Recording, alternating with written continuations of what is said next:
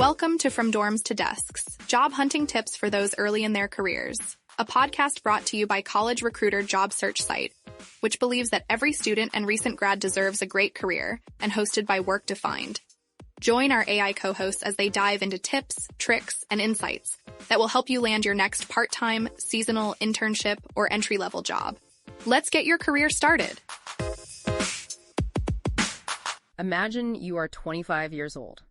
You are standing in a vacant, literally freezing morgue. Which is just a wild visual to start with. Oh, it is completely insane. You are literally storing e-commerce client inventory on top of abandoned stainless steel autopsy tables. Yeah. And you are doing this because a corporate recruiter looked at a resume, decided you didn't have the right quote-unquote background, and just sent you one of those generic rejection emails for a summer internship. Right. The classic, we went with other candidates email. Exactly. But today, we are looking at why getting rejected by a gatekeeper and being forced into that freezing morgue might actually be the absolute most lucrative, trajectory-altering thing that can ever happen to you. It forces a confrontation with reality that, quite frankly, a highly structured internship actively shields you from. Oh, for sure. Because when you are operating out of a morgue or, running a business from a hand-me-down laptop on your couch, you are completely stripped of the corporate infrastructure. There's no safety net. None. There is no HR department. There is no manager to double-check your work before it goes out. And there's no massive brand name to hide behind if you mess up. Yeah. You are entirely exposed to the market. It's all on you. Exactly. And what we are seeing across the landscape right now is that this exposure, this sort of forced scrappiness, is creating a caliber of professional case that traditional corporate pipelines simply cannot produce anymore. And that is exactly the mission of our deep dive today. We are pulling apart a really fascinating piece of source material. It's a great read. Yeah, it's a June 2026 article from College Recruiter, and it's titled 12 Tips for Students Who Didn't Land an Internship Before Graduation. But let me just set the record straight for anyone listening right now. Yeah, we need to clarify this. If you think this is just some quaint advice column for college sophomores who are feeling sad about their summer, you need to recalibrate immediately. It's so much bigger than that. What we are actually looking at is a literal blueprint for career infiltration. Whether you are 20, 40, or 60, if you are trying to pivot into a new industry, upskill, or just prove your value in this market, this is for you. We are going to analyze how 12 different people completely bypass the traditional corporate bouncer. And we really have to, because the traditional gatekeepers of career entry, I'm talking about the massive rotational programs, the algorithm recruiting funnels, they have become highly inefficient bottlenecks. Yeah, they're broken. They are. They rely on an outdated proxy system. For decades, the corporate world operated on a credentialed economy. If you had a recognized logo on your resume, a recruiter would look at that and assume, by proxy, that you were competent. Right, they work at Google, they must be smart. Precisely. The assumption was that if a major bank or a tech giant vetted you and let you into their building, you must possess a baseline level of intelligence and reliability. But staring at that system when you are on the outside feels completely broken. Think about your own position right now listening to this. Right. You are someone who is eager to learn. You really want to get your hands dirty. But you are stuck in this massive line outside the corporate nightclub. And it's freezing outside. Literally. No. You are holding what you thought was a golden ticket, your degree, your enthusiasm, whatever, but the bouncer isn't even looking your way. You get that sinking anxiety, that very modern professional vertigo of feeling like you are falling behind before the race has even officially started. And the irony is, while everyone is queued up, shivering outside that front door, waiting for permission to enter, the economy has fundamentally shifted away from that proxy system. Yes. We are moving so rapidly into a verifiable economy, the market no longer just wants to see the logo. It demands proof of work. Yeah. And the 12 individuals we are studying today, they realized that the line was a trap. They just stopped waiting for the bouncer. Okay, let's unpack this because I want to visualize what they actually did because I think it really helps reframe the whole concept of job hunting. Let's do it. Instead of standing in line, they walked around to the back in the building. They found the service entrance, walked right into the kitchen, picked up a pan, and just started cooking meals for the guests. I love that analogy. And when the general manager finally storms in and says, "Who are you and who authorized you to be on my line?" you don't hand them a resume. No. You just point to the dining room full of 500 people happily paying for and eating your food, and you say, "I did that. The food is the authorization. That shift from asking for permission to demonstrating undeniable value, that is the core philosophy of Runbo Lai.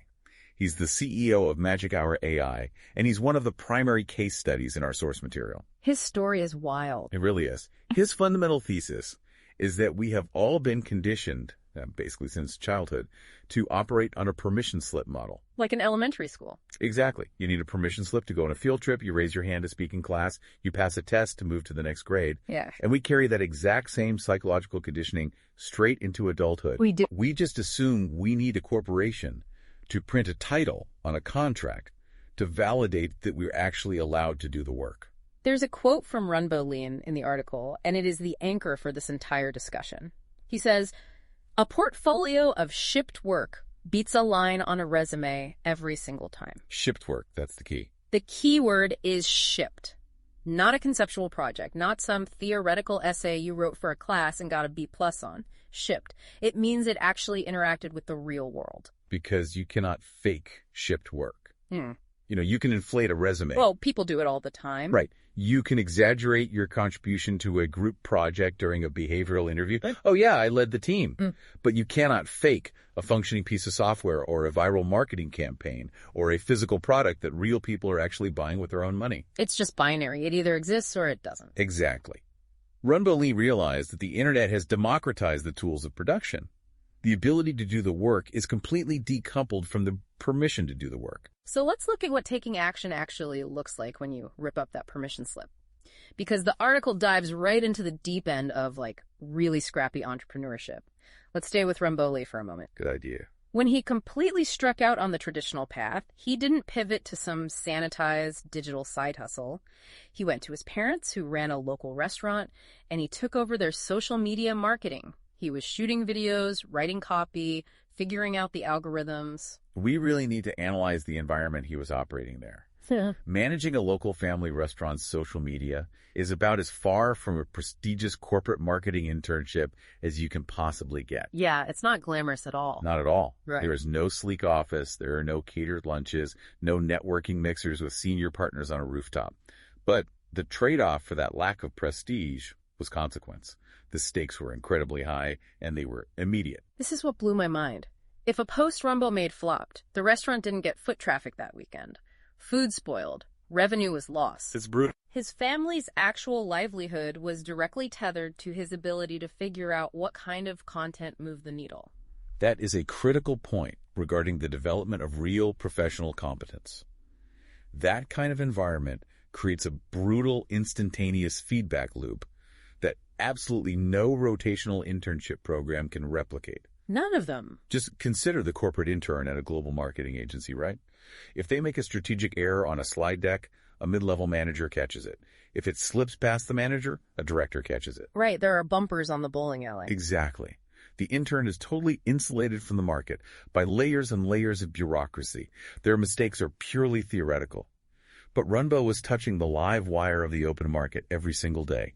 He learned content strategy through the literal sound of a cash register either ringing or remaining completely silent. Which brings us back to the morgue. Yes, Joe Spisak.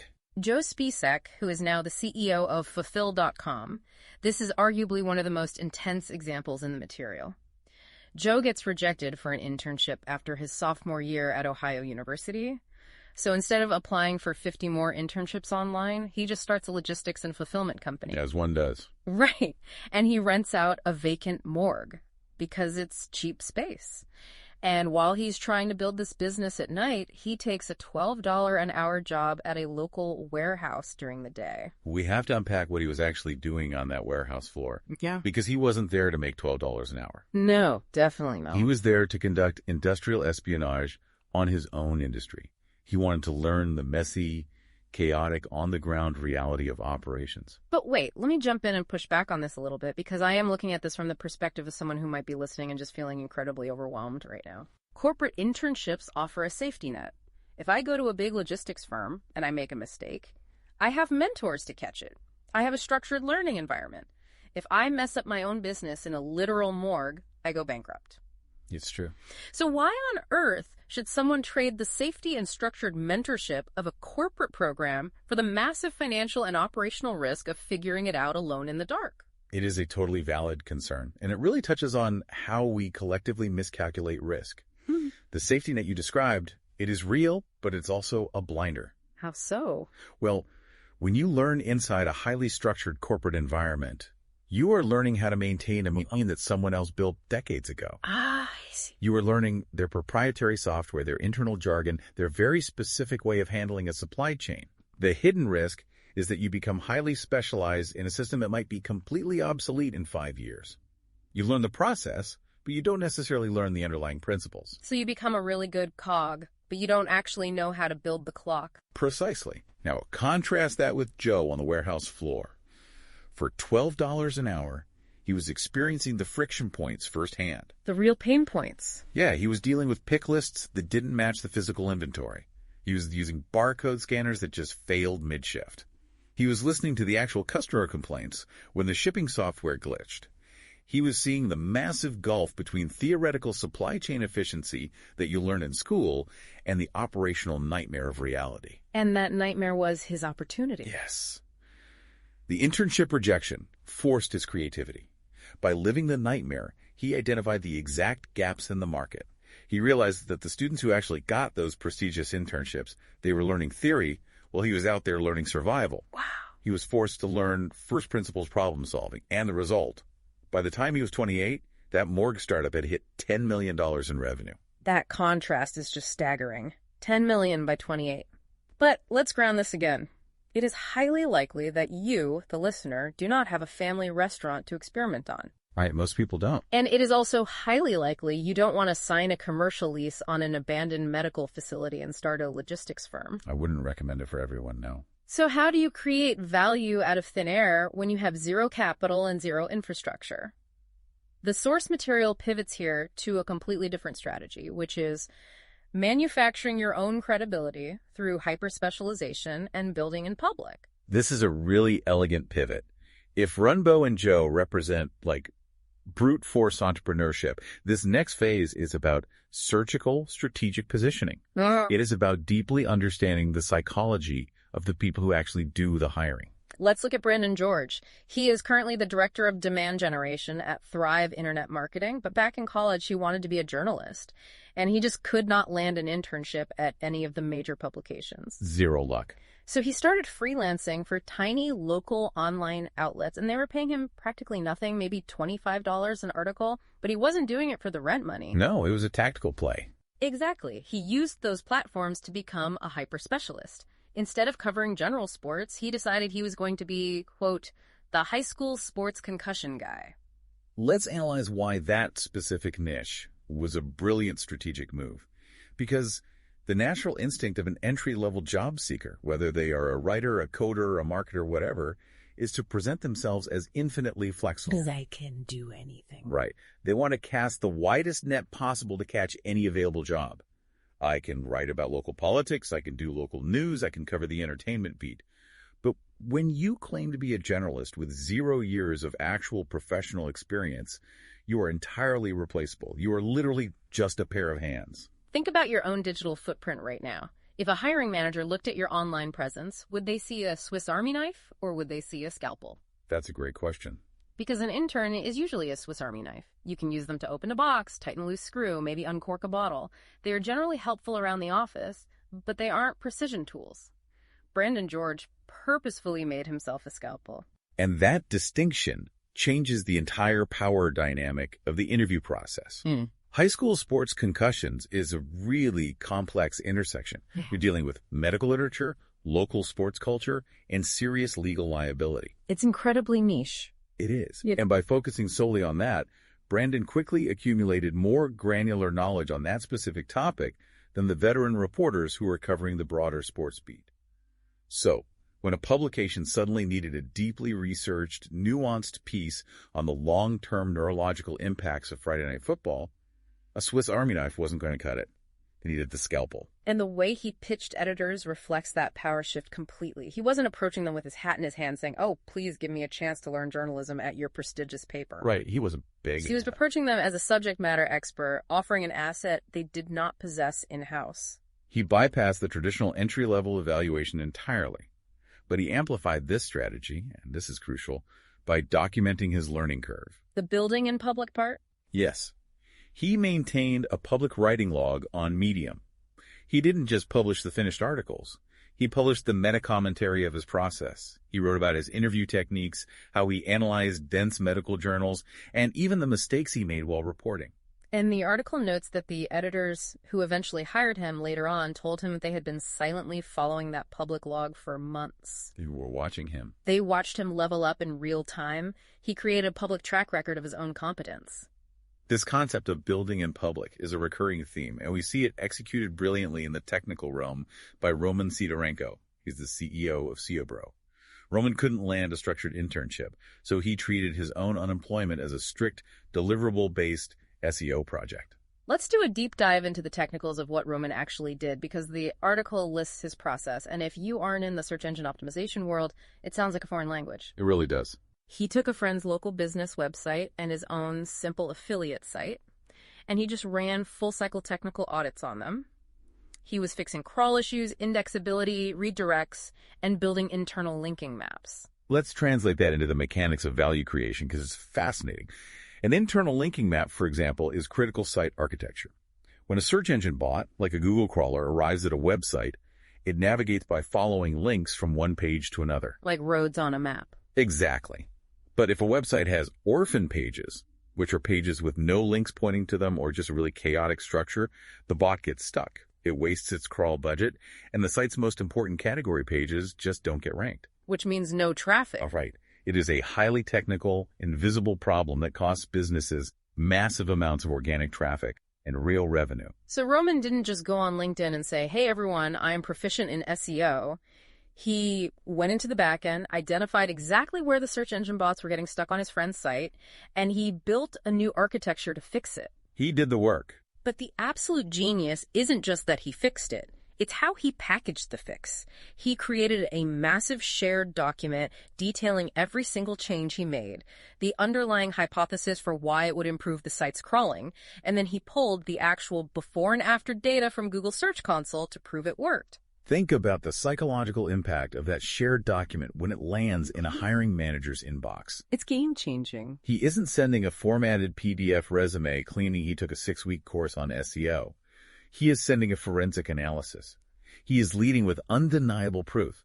If you approach a company and say, look, I analyze your category pages. They are not internally supported, meaning search engines cannot index your high-margin products. Here is the internal linking architecture I built to solve this exact problem for another site, resulting in a 30% increase in organic traffic. I mean, you have completely short-circuited the hiring process. You aren't even asking for an internship at that point. You are diagnosing a critical business failure and offering the cure. They aren't evaluating your potential, they're buying your solution. It is the exact same underlying mechanism we see in Rumbo Lee's second act in this article. Before AI was everywhere, when it was still a very niche, highly technical tool, Rumbo started experimenting with stable diffusion. Let's contextualize this for 2026. Right now, AI video is everywhere. My mom uses it. Right. But when Rumbo was doing this, stable diffusion required complex prompting, serious rendering power, and just a lot of trial and error to get anything that didn't look like a distorted, melting nightmare. It was not user-friendly. Not at all. He wasn't just playing around in a web browser. He was learning the mechanics of early generative AI. And he posted his experiments publicly every single day. He was building in public, increasing his surface area for opportunity. By consistently publishing his iterations, even the bad ones, he was signaling to the market that he was at the absolute frontier of a new technology. And the consistency resulted in an astronomical payoff. He reaches 200 million people organically. 200 million. He creates a viral AI edit of an NBA game. And who sees it? Mark Cuban. Suddenly, Mark Cuban is following him. Mark Cuban becomes a paying customer. The Dallas Mavericks are reaching out to a guy who couldn't get a formal summer internship, all because he chose a complex problem, became obsessed with it, and made sure the internet could see him solving it. That side project evolved directly into Magic Hour AI. Whether it is Brandon mastering concussion research, Roman diagnosing crawl budgets, or Runbo rendering AI video, the through line is identical. They completely refused to wait for a syllabus. They chose a narrow, difficult domain. They built the expertise independently, and they used the internet as their distribution channel for proof. Okay, I can hear the gears turning for the listeners right now. Yeah. Building digital portfolios, running SEO audits, going viral on social media, that all makes perfect sense if you are a knowledge worker, a coder, or a digital creative. Sure. But what if your target industry requires you to physically touch something? What if you want to be in healthcare or real estate or construction? How do you bypass the gatekeeper when the gate is a literal physical door and you have to actually be inside the room to learn? This requires a strategic pivot. You shift from building digital assets to trading prestige for physical proximity. If you cannot secure the official title, you must aggressively engineer your way into the physical environment. The source material introduces us to Vasilios Ninos, who is now the founder of Medcast Health and a chiropractic physician. When he was trying to build his clinical foundation and couldn't get the exact internship path he wanted, he didn't pivot to a digital side hustle. Because he couldn't. Right. He took adjacent clinical support and research roles in gastrointestinal health and trauma units. We really need to look closely at what he was extracting from that environment. Vasilios calls these the unsexy reps. Unsexy reps. Yeah. A prestigious internship often comes with a lanyard, a corporate email address, and like a fun orientation week. The roles Vasilios took offered none of that. Working clinical support in a GI or trauma unit is absolute chaos. You are dealing with ringing phones, highly frustrated patients, complex insurance authorizations, and just the relentless pace of triage. But he used that chaos. He mastered the tedious art of clinical injury documentation. For anyone who hasn't worked in healthcare, documentation isn't just taking notes on a clipboard. Oh, not at all. It is a highly rigid system of ICD codes, patient intake charting, and serious legal liability. It is the literal language of the hospital. Precisely. By placing himself in that room, even in a support role, he was absorbing the mechanics of healthcare through osmosis. He was watching how lead practitioners handled stress, how they communicated with difficult patients, and how care teams actually coordinated in a crisis. He was a fly on the wall. A very active fly, yes. He was quietly building his clinical judgment without the crushing pressure of being the lead physician. Proximity granted him an education that a textbook simply cannot provide. We see this exact strategy of trading labor for proximity with Sani Rhodes, who is a real estate expert at Clever Offers.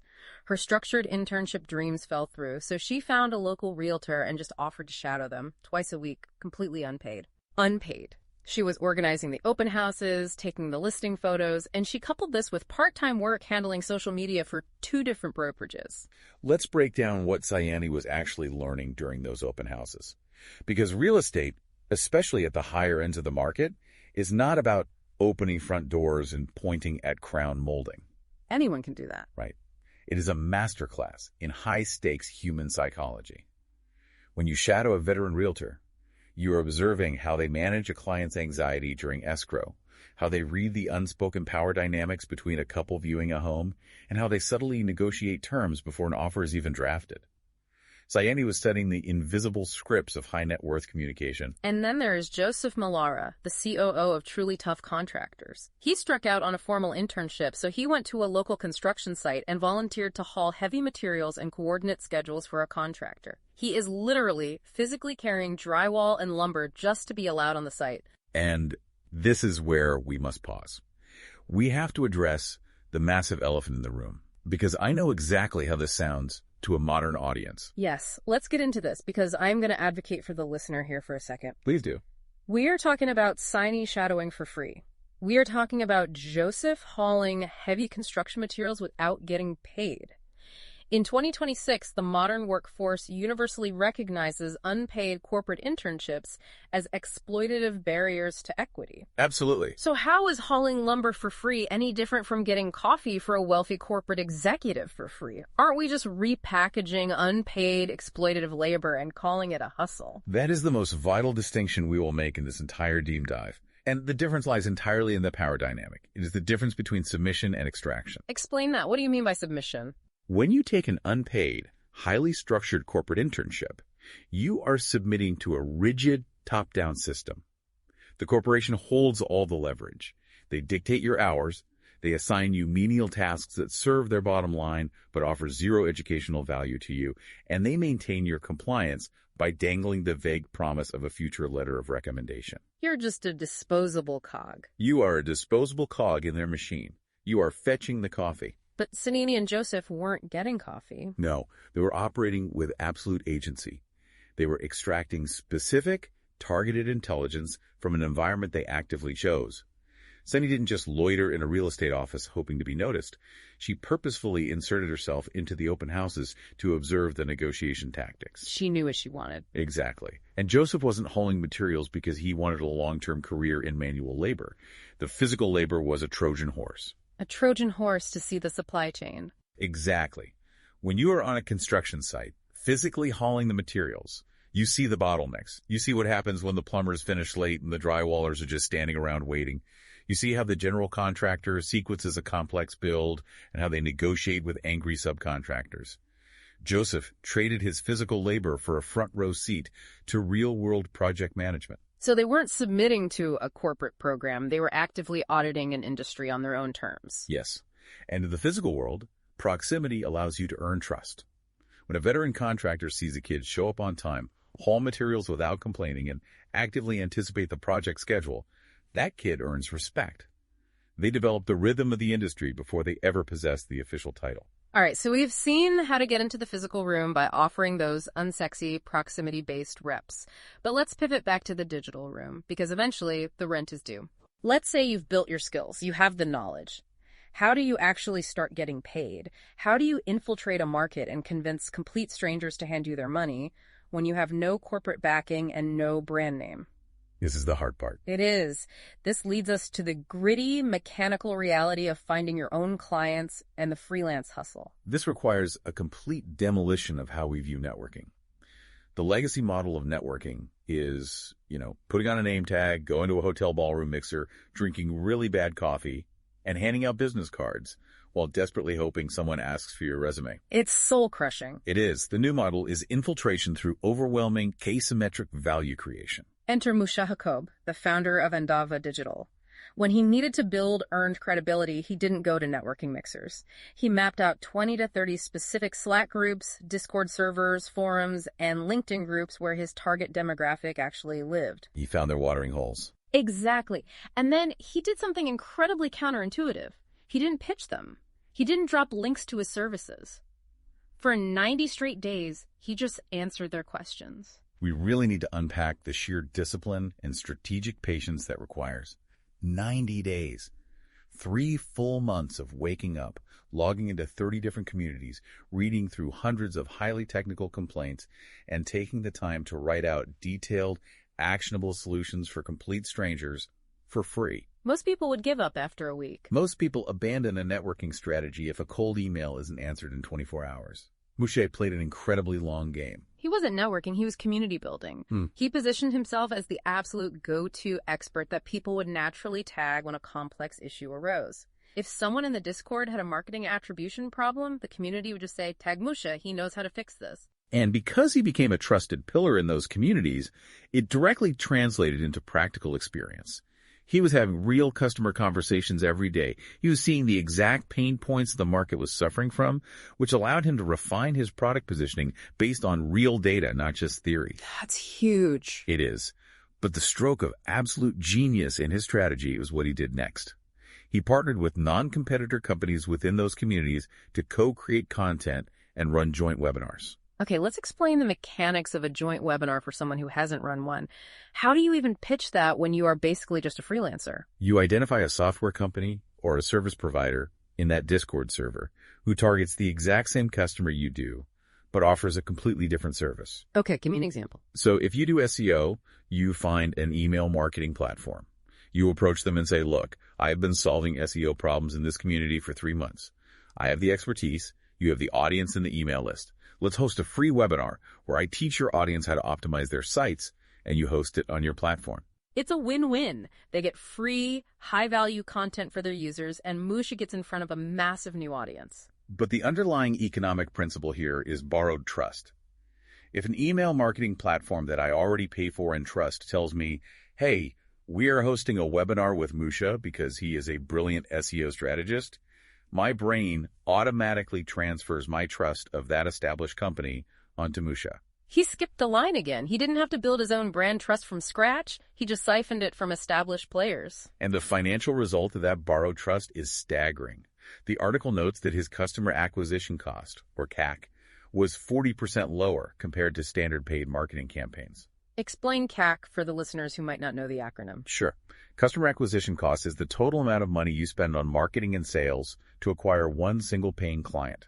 If you run Facebook ads, your CAC might be incredibly high because you are pitching to cold traffic that doesn't know you from anyone else. But by running these joint webinars based on the authority he built in Discord, Mushak was generating highly qualified warm leads who were already ready to buy, which dropped his marketing expenses by 40%. That is a masterclass in market infiltration. But if we are talking about the gritty reality of getting those very first clients, we have to talk about Shiraz Ali. Oh, this story is great. He's the founder of Haro Links Builder. He couldn't get an internship, so he turned to Upwork. He decided he was only going to master one extremely specific skill: link building. For those unfamiliar with the SEO space, HARO stands for Help a Reporter Out. It is a platform where journalists ask for expert quotes for their articles. Right. If you provide a good quote, they link back to your website, which increases your site's authority on Google. It is a highly tedious, time-consuming process that business owners absolutely hate doing, which makes it a perfect service to sell. Exactly. So Shiraz takes free online courses to learn the mechanics of Haro link building. He sets up his Upwork profile. Yeah. And then he sets his hourly rate at $5 an hour. $5. Which, to a casual observer, sounds like a complete race to the bottom. It sounds like a fast track to burnout and just the worst possible advice you could give an aspiring professional. It sounds totally desperate, but he wasn't doing it to make a living wage off $5 an hour. Yeah. You have to understand the Upwork algorithm. The algorithm is everything. The platform ranks freelancers based on their job success score and client reviews. If you have 0 reviews, you are literally invisible. Shiraz priced himself at $5 specifically to guarantee that he would get hired immediately by budget-conscious clients. He was ensuring he could get those crucial first 5-star reviews and build his first real case studies. Shiraz's $5 an hour rate was not a salary. It was a loss leader strategy. Like in a grocery store. Exactly like a grocery store. A supermarket will sell milk or eggs below cost. They take a financial loss on those items to attract you into the store, knowing you will buy highly profitable items like cereal and snacks while you are there. Shiraz sold his time well below market value to buy data. Buy data, yes. The 5-star reviews, the client testimonials, and the verifiable case studies showing he successfully built high-quality links, that was the data he needed. He was basically paying the Upwork platform for algorithmic placement through his own sweat equity. And within 6 months, he had the portfolio and the algorithmic ranking that allowed him to dramatically raise his rates, eventually founding an entire agency. He bought his own proof of work. It is the exact same sheer willpower we see with Mariam Osaji, the marketing director at Alchemizer. She couldn't find a structured internship, so she literally walked into a local brick-and-mortar shop and convinced the owner to let her help them build an online presence. The article mentions this was a brutal grind. It is always a brutal grind. Setting up Google My Business profiles, building basic Shopify pages, doing local SEO for a shop owner who barely understands how the internet works. It is unglamorous, frustrating work. But that friction forces growth. He had to wear every hat. Exactly. Miriam had to learn basic sales just to convince the owner to let her try in the first place. She had to learn account management, digital marketing, and delivery. She built a real, tangible portfolio out of nothing but local opportunity and pure persistence. When you look across these stories, from Musha infiltrating Discords to Shiraz hacking the Upwork algorithm to Miriam walking into local shops, the common denominator is a violent refusal to be passive. Yes. They didn't sit at their computers waiting for a company to post a job listing on LinkedIn. They actively identified where the friction was in the market, and they just inserted themselves as the solution. And it paid off for all of them. It really did. But as we look across all these wildly diverse paths, from morgues and construction sites to AI videos and Discord servers, there are 2 massive glaring regrets that almost all of these 12 professionals share when they look back at their journey. The hindsight section. Yeah, the source material highlights these heavily in the if I could go back sections, and they basically boil down to two core concepts: documentation and informational coffees. Let's start with the documentation, because I think this is the most actionable piece of advice for anyone listening today. It is arguably the most universally applicable lesson in the material. The fundamental truth they all realized, often too late, is this: doing the work is only 50% of the equation. Packaging the work and making it legible to future gatekeepers is the other 50%. Aja Chavez, who is now the executive director at Mission Prep Healthcare, talks about this explicitly. When she didn't get an internship, she volunteered to run youth programs at a local center. She was dealing with scheduling, conflict resolution, program design, just incredible on-the-fly people management skills. Really valuable skills. But her biggest regret: she wishes she had written down exactly what she did every single day. And Mariam Osaji echoes this completely regarding her freelance grind. She says she wishes she had kept a detailed log of her wins from day one, because having those hard numbers ready would have saved her a massive headache when she finally started interviewing for larger corporate roles. It is a profound realization about human psychology. Memory is incredibly fallible, especially when you are in the chaotic, stressful, early stages of building a career or a business. Everything is a blur. It is. Yeah. You might spend a month solving a highly complex logistical problem for a local business. You are deep in the weeds. But 2 years later, when you are sitting at a high-stakes interview, all you can remember is the vague outcome. You remember that revenue went up, but you forget the granular tactical steps you took to achieve it. It's like an airplane. I don't want to use the old leaving breadcrumbs in the forest metaphor, because breadcrumbs just show where you walked. Documentation is more like building a black box flight recorder for your career. I like that. The hiring manager doesn't just want to know that you landed the plane safely. They want to open the black box and see the telemetry of your decision-making. They want to see why you adjusted the altitude, how you responded to the turbulence, and what data you used to course correct. That is an excellent upgrade to the metaphor. The black box captures the mechanics of competence. A standard resume just says, "I landed the plane." Documentation says, "Here is the exact telemetry of how I navigated a Category 5 storm." And that flight recorder is precisely what Roman Sidorenko was building with his SEO shared docs and what Brandon George was building with his public medium log. They were leaving highly visible, highly technical records of their decision-making process. But the second major regret these professionals share addresses the other side of the equation. How do you actually get people to look at your flight recorder? And this is where the concept of industry coffees or informational interviews comes in. This is where we have to confront the utter inefficiency of the digital application process. This one blew my mind because it seems so simple, yet we are all collectively terrified to do it. Brandon George wishes he had stopped mass applying to prestigious internships online and instead just requested informational interviews with local sports editors. Just talk to them. Yeah. Joe Spisak from the Morgue Fulfillment Center. He says his biggest regret is wasting time talking to other students and professors instead of just cold emailing warehouse owners and e-commerce founders to ask them how their businesses actually worked. We also see this with Marcel Perkins, the managing director of Latin Trails. He skipped the formal internship entirely and went to work at a hostel front desk. Which is brilliant, by the way. If you want to learn the travel industry, working a hostel front desk means you are dealing with international logistics, customer service crises, and local tour operators every single shift. Exactly. He says he got to know the local tour guides and hotel managers, but his only regret is not calling more of them for coffee sooner. He explicitly calls those real conversations the real golden ticket. Joseph Malara, the contractor, says the exact same thing. The real opportunities hide in coffee chats, not on job boards. So I have to ask you, why are we so bad at this?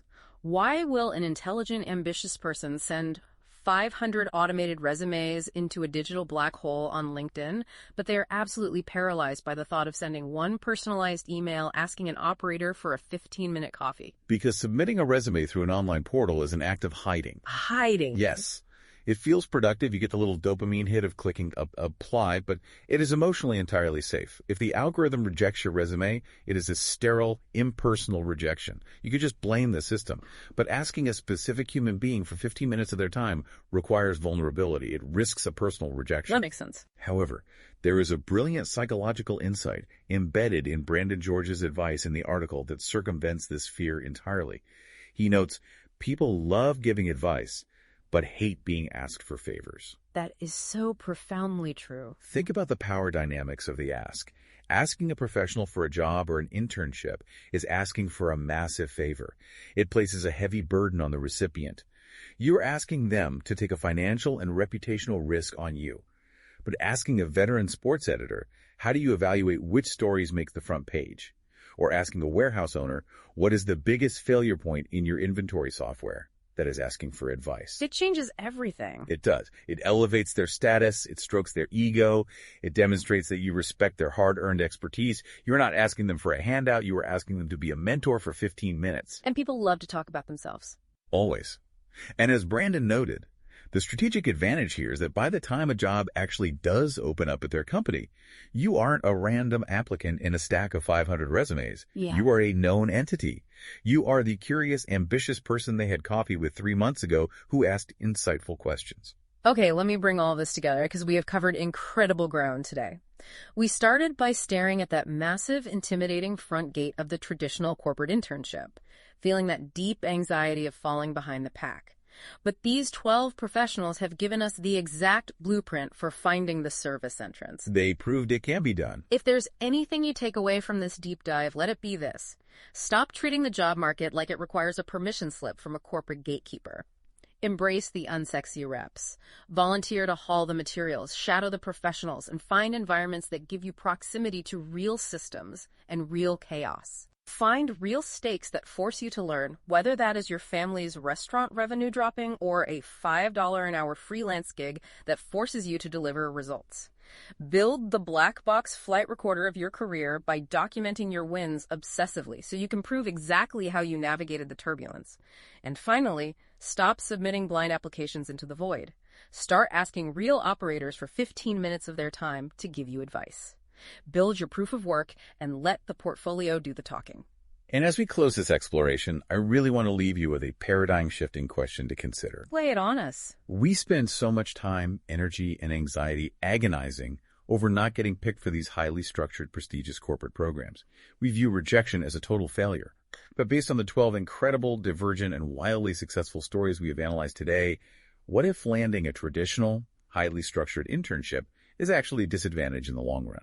What if a pristine corporate internship only teaches you how to perfectly recite a pre-written corporate script, while getting rejected is the exact catalyst that forces you to learn how to write your own? If you get picked, you learn how to stand in line. If you get rejected, you learn how to build the building. Thank you for joining us on this exploration today. Stop staring at the bouncer at the front door, walk around back, get into the kitchen, and start building your own proof of work today. We will see you next time. This has been From Dorms to Desks, job hunting tips for those early in their careers, a podcast brought to you by College Recruiter job search site, which believes that every student and recent grad deserves a great career. Each episode, we dive into tips, tricks, and insights that will help you land your next part-time, seasonal, internship, or entry-level job. Subscribe to this podcast for free now, so you don't miss an episode, and visit www.collegerecruiter.com to find your next great job.